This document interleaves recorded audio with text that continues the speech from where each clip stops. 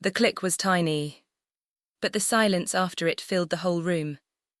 Florence Smith's eyes snapped toward the machine beside her bed as the steady airflow stopped.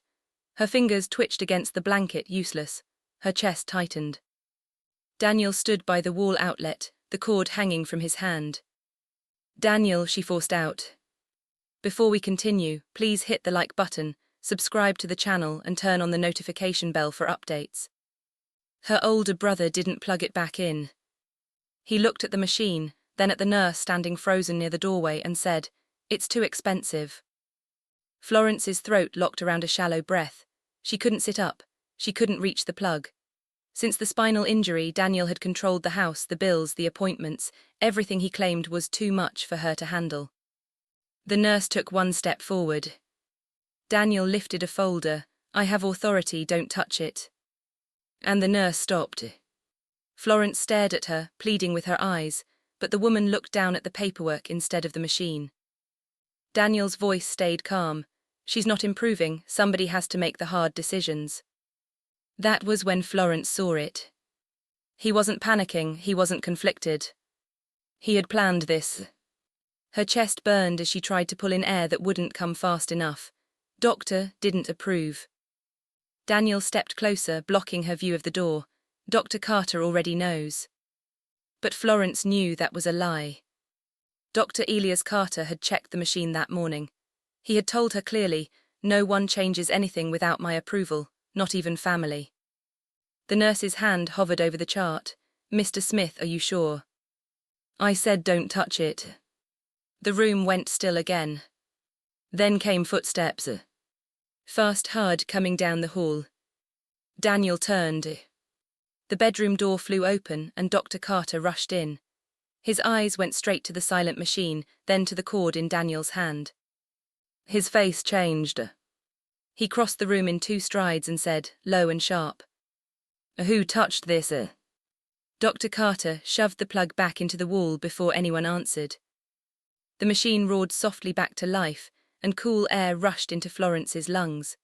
She gasped hard, coughing as the nurse hurried forward to stabilize the tubing.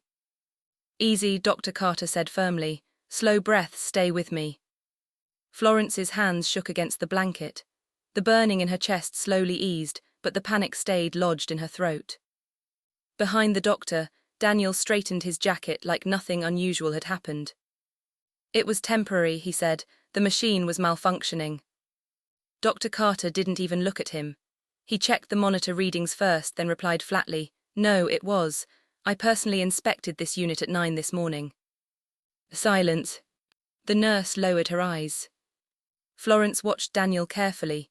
No apology, no panic, just irritation that the interruption hadn't lasted longer. And suddenly the last few months felt different. Daniel insisting on handling all her insurance calls. Daniel telling relatives she was too exhausted for visitors. Daniel moving her financial paperwork into his office for organization. Every conversation somehow ending with money. "This equipment alone costs more than most people make in a year," he had said once while standing beside her bed. At the time, she thought he was stressed. Now she realized he had been preparing her to feel guilty for surviving. The nurses stepped outside briefly to update Florence's vitals. The second the door shut, Daniel leaned down beside her. "You don't understand what this is doing to me," he whispered. Florence stared at him. "The house, the bills, your care, it never ends." His voice stayed low and controlled. "Everything is tied up keeping you alive." Her stomach dropped. Not anger. Not frustration. Calculation. Dr. Carter turned back toward the bed. "Florence," he said quietly, "did you personally approve any reduction in treatment?" She swallowed painfully. "No." The doctor's expression hardened immediately. He reached for the chart at the foot of her bed and flipped through several pages. Then he stopped. "What is this?" Daniel moved instantly. "That's already been handled."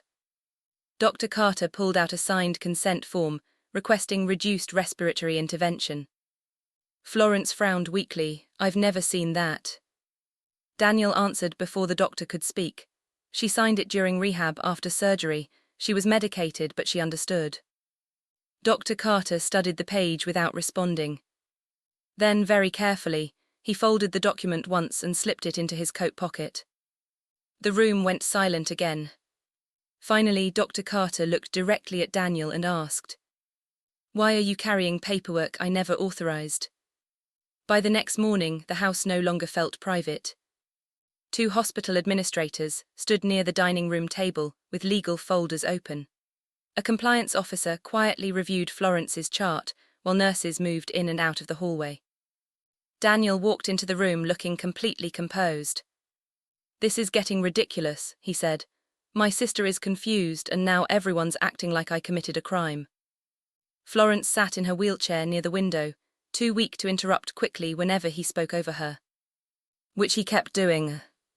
"I've been the one taking care of her," Daniel continued. "I'm the one dealing with the bills, the insurance companies, the specialists draining her accounts." Dr. Carter stood across from him. "Disconnecting respiratory support without authorization is not a financial discussion." Daniel gave a humorless laugh, easy for doctors to say when you're billing insurance. The consultation room tightened with discomfort. Florence's Aunt Linda sat beside her, visibly unsettled. "Daniel, why didn't you tell us things had gotten this serious?" "They didn't need stress," Daniel answered immediately.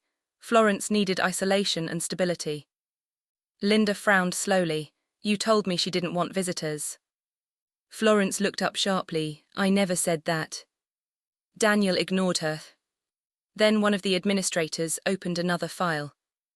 "Mr. Smith," she said carefully, "we also received your petition requesting expanded medical power of attorney."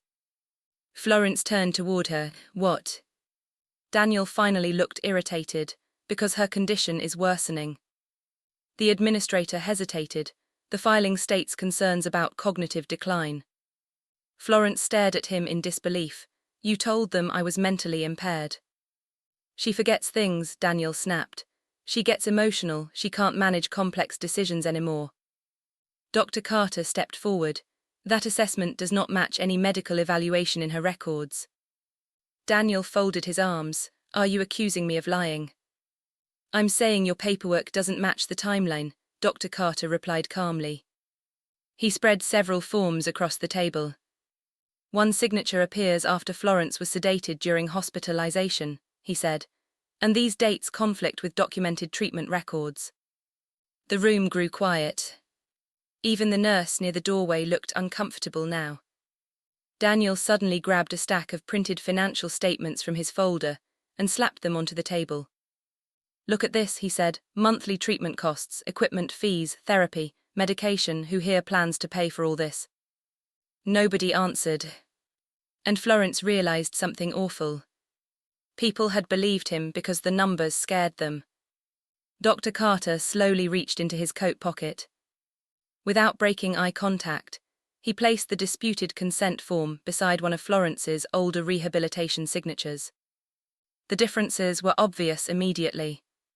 Different slant, different spacing, different handwriting pressure.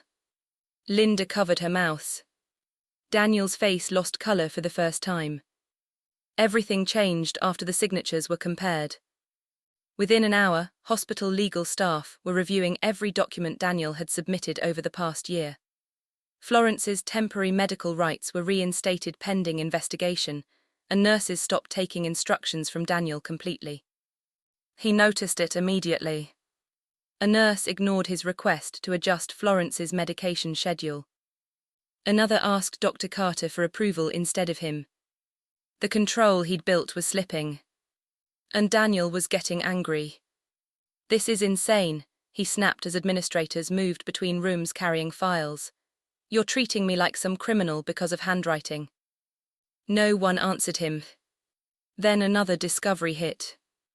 A hospital investigator entered the consultation room holding printed bank records. "Mr. Smith," she said carefully, "can you explain repeated transfers from Ms. Smith's insurance account into Smith Consulting Group?" Florence looked up sharply. Daniel froze. The investigator continued. "These transactions span approximately 11 months. Florence felt sick.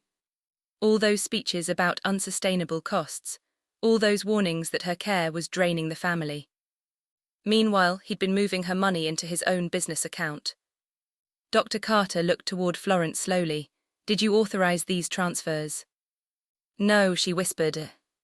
Earlier moments suddenly connected with brutal clarity. Daniel refusing to let her review financial statements. Blocking relatives from visiting. Pushing conversations about reducing treatment. Trying to establish cognitive decline. It had never been about stress. It had been preparation. Later, while staff reviewed records outside, Dr. Carter crouched beside Florence's wheelchair. His voice lowered. "If I hadn't arrived when I did," he paused carefully. "A few more minutes without respiratory support could have caused permanent oxygen damage." Florence stared at him silently. For the first time, she understood what Daniel had actually done. He hadn't unplugged the machine during an emotional breakdown. He'd done it right after learning questions were being asked about forged documents. Back in the consultation room, Daniel made one final attempt to regain control. "She wouldn't want to live this way," he said loudly. "I've sacrificed everything taking care of her." But before anyone could respond, the nurse from the previous night spoke up. Her hands shook slightly. "He told us not to interfere," she admitted. "Earlier that day, he said if he disconnected equipment, we were to let him handle it." The room turned instantly. One administrator stepped back in disbelief. Linda stared at Daniel like she no longer recognized him. Then security arrived at the doorway. "Mr. Smith," one officer said, "we need you to come with us." Daniel's composure finally cracked. As the officers approached, he pointed directly at Florence and shouted, "You have no idea what she was planning to do with that money." Daniel's outburst collapsed almost immediately. "What money?" Linda demanded. But investigators already had the answer.